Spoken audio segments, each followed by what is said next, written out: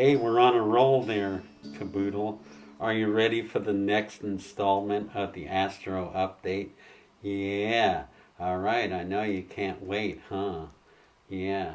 Well, I think I'm just going to keep petting you and get on to it until you're tired of what I have to say. Anyway, hi, Mark McNutt, the Astro Wizard here with my kitty, Caboodle. And we're going to tell you about the upcoming commentary on various things in the upcoming month. So I do this generally at the new moon, and the new moon is uh, a new beginnings time each month. This new moon is right at the tail end of Libra, so we won't be talking about Libra that much uh, because, okay, we're recording on. Oh, okay, be like that. We're recording on Monday noonish, and on Tuesday morning, the 21st, it's the new moon right around dawn. And within hours, the moon goes in Scorpio, and a day later, the sun goes in Scorpio, joining Mars and Mercury in Scorpio. So it's more about Scorpio, the deep undercurrents, mysterious emotional energy that drives a lot of intrigue on this here planet.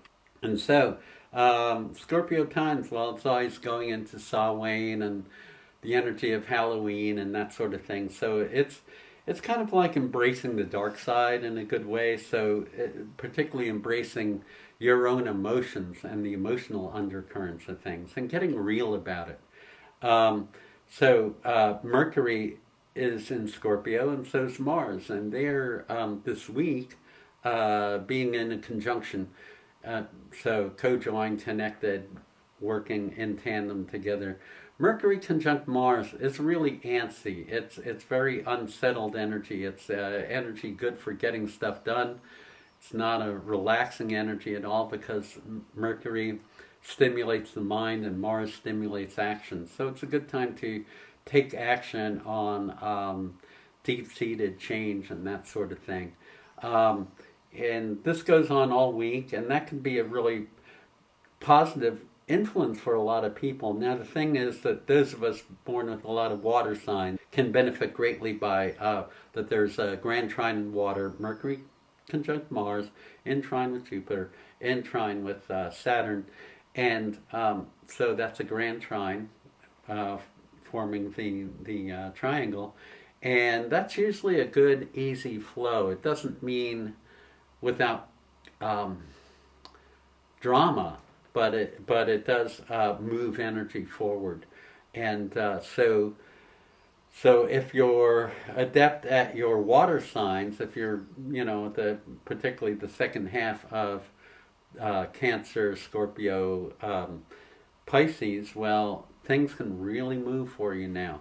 Some of us do not do so well with watery energy, and it brings up a lot of deep-seated emotions, and it's time to embrace those emotions rather than stuffing it.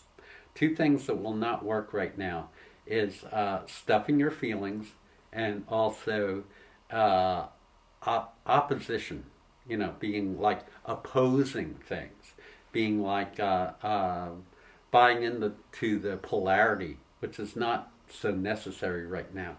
The sun and moon at this lunation, they're square Jupiter, which isn't such a bad thing, but they form a T square with a little talked about planet Eris, which is the goddess of discord.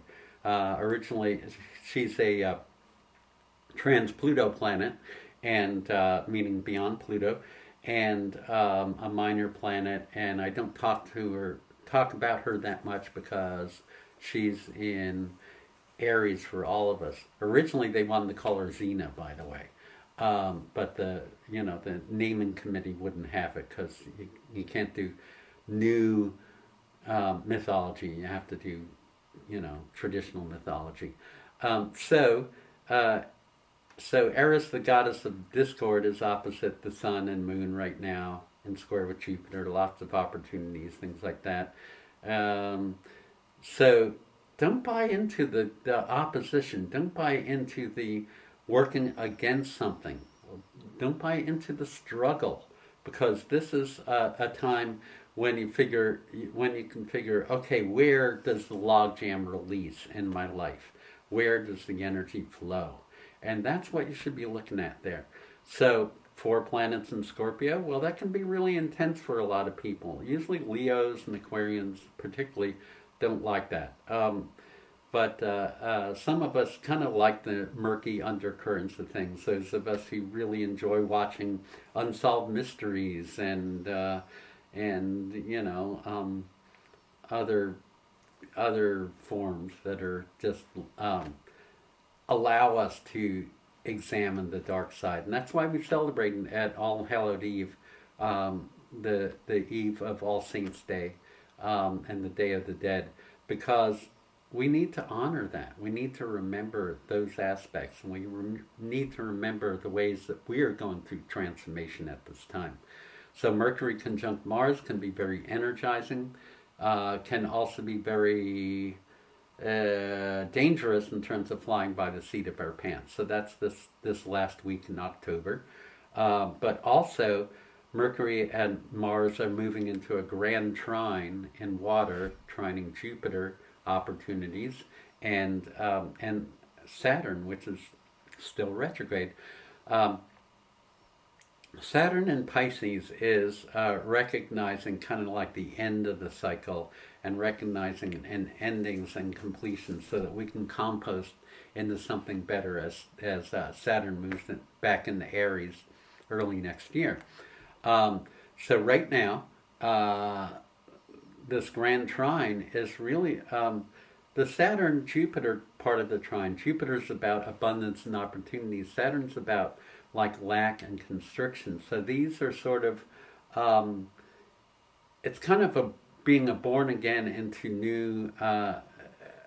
new opportunities, but with challenges involved in there. For example, I wasn't expecting to have a tree go through the roof of one of my outbuildings, but that happened, and that gives me a great opportunity to do remodeling.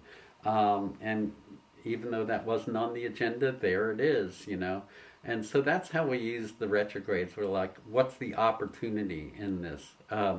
They say if you have lemons, you just make lemonade. Well, yeah, you make lemonade when you figure out what your sweetener is. So I would say we have lemons. We have an opportunity to make a nice drink out of it. What's your sweetener? What is your sweetener right now? And it can be your family relations. It can be your love. It can be your, tootling around your home and your garden. But there's something in there. And nostalgia is actually a key. It's not like we want to live in the past, but it's like we have to totally embrace what has gone down in order to move into the future. Now, this may not help us with politics, and which the crazy atmosphere that's in play right now, because Pluto and Uranus are still in trine. Pluto transformation, Uranus discord, upheaval, shaking up.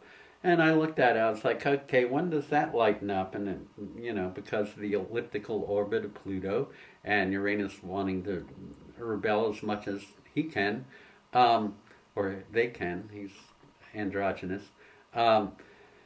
Anyway, yeah, I looked at it and it's like summer of 2028. So sorry, there's going to be a lot happening between now and then. This is not a political column. This is not a political outreach that I'm doing. This is how to navigate your personal life through getting an instigation to get your personal reading from me, like a lot of people do once or even more times a year, and get updated with what's going on your personal strategy, your personal opportunities. Also, feel free to like us and share this. So Uranus Pluto doesn't go away, is in the background no matter what, and for a lot of us in the foreground. Lots of planets in Scorpio, and and before I forget, I want to talk about one more thing. So, end of daylight savings time. Daylight savings time is the fake time. Standard time is the real time. Look at the sun. Look at the sun at noon. Is it overhead or is it over there to the left? That will tell you what's real in terms of timekeeping. So they've been whittling away at this. So now November 2nd to early March is the only time when we're on real time, standard time. Don't be fooled by the fact that 8 months is wrong and that's what we should go with is make it 12 months wrong. You know, when they're talking about changing to year round, they're talking about changing it to year round wrong time. So that's my bias, and I feel very strongly about that because we get out of our natural cycles when we get told that, you know, black is white and what is isn't, and, you know, people are violent when they're not, and all kinds of subterfuge that's been going on. This subterfuge is not going away, but navigating it has a lot to do with embracing on a really deep level. We also have to look forward to Mercury will be going into Sagittarius, and soon after it does that on the 9th of November, it goes retrograde for the whole rest of the month. So get your affairs in order in terms of your communications, in terms of your devices, in terms of your electromagnetics, because they usually get funny under such aspects. Those of us who are born with Mercury retrograde sail through it and we love it, but the other 80% of you have a harder time. Particularly if you're, invested in your electronics working properly. All right, well, I think that's pretty good. There's always more. I'd love to talk to you personally. You can always call me up. You can always shoot me an email. But what I really am interested in doing is personal readings, helping people navigate their own personal opportunities. And so I encourage you to contact me and to stay in touch and support what I do, this free outpouring that I do every month by way of supporting my ongoing livelihood. And I'll tell you a secret, which is not a secret. If you embrace what you really love and you really do it, you can make it work for you. And that's an example of that, and I encourage you to do that in your own life. Okay, signing off for now.